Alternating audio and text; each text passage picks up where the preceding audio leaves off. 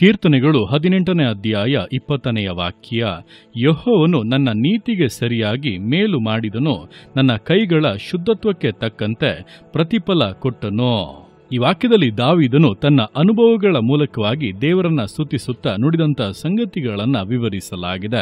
ನೋಡುವಂತ ಸಮಯದಲ್ಲಿ ಆಗಿನ ಕಾಲಕ್ಕಿಂತ ಈಗಿನ ಕಾಲ ಬಹಳ ಕೆಟ್ಟದ್ದಾಗಿದೆ.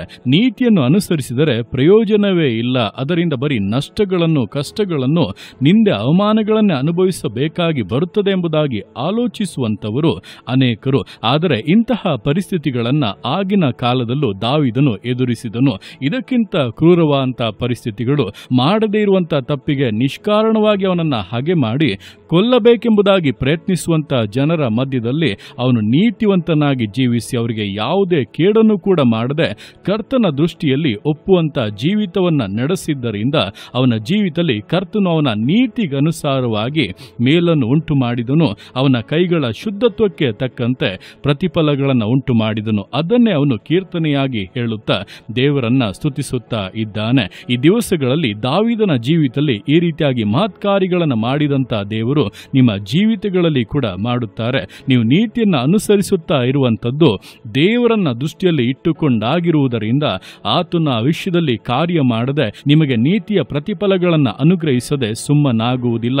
ಆತನು ಖಂಡಿತವಾಗಿ ಕಾರ್ಯ ಮಾಡುತ್ತಾನೆ, ಖಂಡಿತವಾಗಿ ನಿಮಗೆ ಪ್ರತಿಫಲಗಳನ್ನು ಕೊಡುತ್ತಾನೆ. ನಿಮಗೆ ಒದಗಿ ಬರುವಂತ ಆಶೀರ್ವಾದಗಳು, ಮೇಲುಗಳು ನಿಶ್ಚಯವಾಗಿ ಮಹತ್ತಾದವುಗಳೇ ಆಗಿರುತ್ತದೆ. ಆದ್ದರಿಂದ ಈ ದಿವಸಗಳಲ್ಲಿ ನೀತಿಯನ್ನು ಅನುಸರಿಸುವುದನ್ನು ಬಿಟ್ಟು ಹಿಂಜಾರಬೇಡಿ. ಕರ್ತನಿಗೆ ಮೆಚ್ಚುಗೆಯಾಗಿ ಜೀವಿಸುವುದರಲ್ಲಿ ಎಂದಿಗೂ ಬೇಸರಗೊಳ್ಳಬೇಡಿ. ಅದು ನಿಮ್ಮ ಜೀವಿತದಲ್ಲಿ ಇಹಲೋಕದಲ್ಲಿಯೂ ಪರಲೋಕದಲ್ಲಿಯೂ ನಿಮಗೋಸ್ಕರ ವಿಶೇಷ ಆಶೀರ್ವಾದಗಳನ್ನು ಉಂಟು ಮಾಡುವಂತದ್ದಾಗಿದೆ. ಇದನ್ನೇ ವಾಕ್ಯದಲ್ಲಿ ಸ್ಪಷ್ಟವಾಗಿ ಹೇಳಲ್ಪಟ್ಟಿದೆ. ಒಳ್ಳೆಯದನ್ನು ಮಾಡುವುದರಲ್ಲಿ ಬೇಸರಗೊಳ್ಳದೇ ಇದ್ದರೆ ತಕ್ಕ ಸಮಯದಲ್ಲಿ ಅದರ ಪ್ರತಿಫಲಗಳನ್ನು ಕೊಯ್ಯುತ್ತೇವೆ ಎಂಬುದಾಗಿ.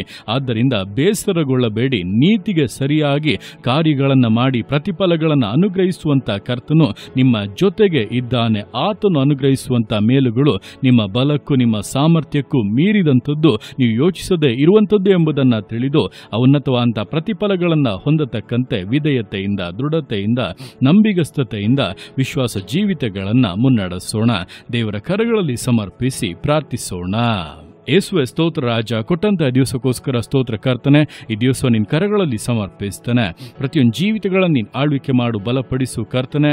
ಹೌದಪ್ಪ, ದಿವಸಗಳಲ್ಲಿ ದಾವೀದನು ಹೇಳಿದಂತೆ ಯೆಹೋವನ ನೀತಿಗೆ ಸರಿಯಾಗಿ ಮೇಲನ್ನು ಮಾಡಿದನು, ನನ್ನ ಕೈಗಳ ಶುದ್ಧತ್ವಕ್ಕೆ ತಕ್ಕಂತೆ ಪ್ರತಿಫಲ ಕೊಟ್ಟನು. ನಮ್ಮ ಜೀವಿತಗಳಲ್ಲಿ ಕೂಡ ಕರ್ತನೆ ಎಷ್ಟೋ ಬಾರಿ ನೀತಿಯನ್ನು ಅನುಸರಿಸುವುದರಿಂದಲೇ ಕೇಡುಗಳು, ನಷ್ಟಗಳು, ಈ ಅವಮಾನಗಳು, ನಿಂದೆಗಳೆಂಬುದಾಗಿ ಆಲೋಚಿಸುತ್ತೇವೆ.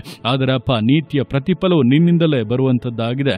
ನೀತಿ ನ್ಯಾಯಾಧಿಪತಿಯಾಗಿರುವಂತ ನೀನು ವಿಷಯಗಳನ್ನಪ್ಪ ತೀರ್ಪು ಮಾಡುತ್ತೀಯ, ವಿಷಯಗಳನ್ನು ಆಶೀರ್ವದಿಸಿ ಕೊಡುತ್ತೀಯ.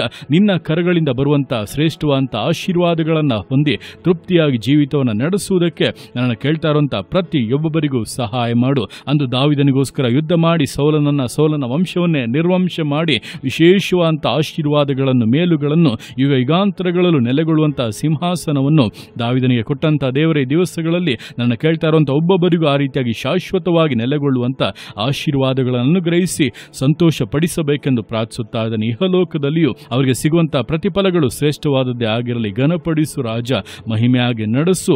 ಅವಮಾನಕ್ಕೆ ಬದಲಾಗಿ 2ರಷ್ಟು ಮಾನಗಳನ್ನು ಕೊಟ್ಟು ಆಶೀರ್ವದಿಸು. ನೀನು ಆ ರೀತಿಯಾಗಿ ಮಾಡುವಂತ ನಿನ್ನ ಪ್ರೀತಿಗೋಸ್ಕರ, ಕೃಪೆಗೋಸ್ಕರಪ್ಪ ನಿನಗೆ ಸ್ತೋತ್ರಗಳು.